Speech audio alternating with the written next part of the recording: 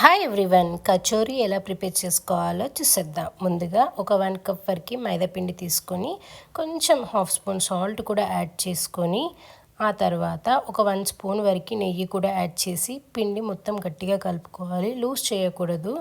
Loose చేయకుండా పిండి టైట్గా కలుపుకోవాలి. ఇలా కొన్ని వాటర్ యాడ్ చేసుకుంటూ పిండి మొత్తం గట్టిగా కలపాలి.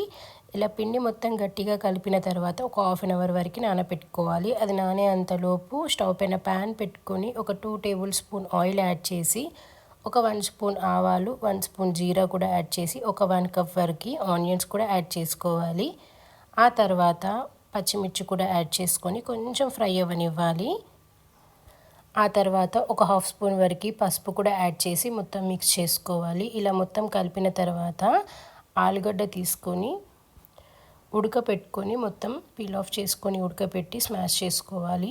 ఇలా స్మాష్ చేసుకొని మొత్తం యాడ్ చేసిన తర్వాత లో ఫ్లేమ్లో పెట్టుకొని ఒక 5 మినిట్స్ వరకు ఫ్రై అవ్వనివ్వాలి. ఆ తర్వాత ఒక హాఫ్ స్పూన్ వరకు సాల్ట్ యాడ్ చేసి కొత్తిమీర యాడ్ చేసి స్టవ్ ఆఫ్ చేసుకోవాలి.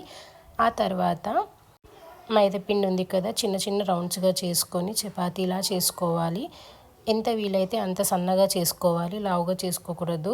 ఇలా సన్నగా చేసిన తర్వాత కొంచెం సైడ్స్కి వాటర్ అప్లై చేసుకొని ఆ తర్వాత ఇలా ఫోల్డ్ చేసుకోవాలి. మొత్తం ఇలా ఫోల్డ్ చేసుకొని ఆ తర్వాత కొంచెం కోలతో ఇలా మొత్తం ప్రెస్ చేసుకోవాలి. చేసుకొని ఆ తర్వాత ఇలా రౌండ్గా చేసుకొని నైఫ్తో 2 పార్ట్స్గా కట్ చేయాలి. ఇలా కట్ చేసి ఆ తర్వాత చిన్నగా పూరి సైజ్ చేసుకోవాలి.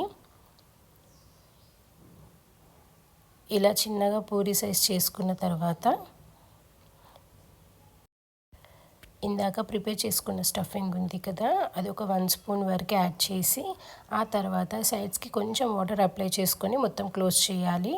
ఇలా క్లోజ్ చేసుకొని ఆ తర్వాత అన్నీ ఇలా ప్రిపేర్ చేసి పెట్టుకోవాలి. ముందుగా ఇలా అన్నీ ప్రిపేర్ చేసి పెట్టుకున్న తర్వాత స్టవ్ పైన ప్యాన్ పెట్టేసుకొని ఆయిల్ యాడ్ చేసి ఆయిల్ హీట్ అయిన తర్వాత లో ఫ్లేమ్లో పెట్టుకొని కచోరీ యాడ్ చేయాలి. ఇలా యాడ్ చేసి లో ఫ్లేమ్లో కాల్చుకోవాలి. ఒక 10 మినిట్స్ వరకు కాల్చుకోవాలని, కొంచెం గోల్డెన్ కలర్ వచ్చే వరకు కాల్చుకోవాలి. అంతేనండి, చాలా ఈజీగా క్రిస్పీగా టేస్టీగా కచోరీ రెడీ. మీకు ఈ ప్రాసెస్లో నచ్చినట్లయితే ట్రై చేసి చూడండి. అలాగే వీడియో నచ్చినట్లయితే లైక్, షేర్, సబ్స్క్రైబ్. కొత్తగా చూసిన వాళ్ళైతే సబ్స్క్రైబ్ చేసుకోండి. Thank you for watching.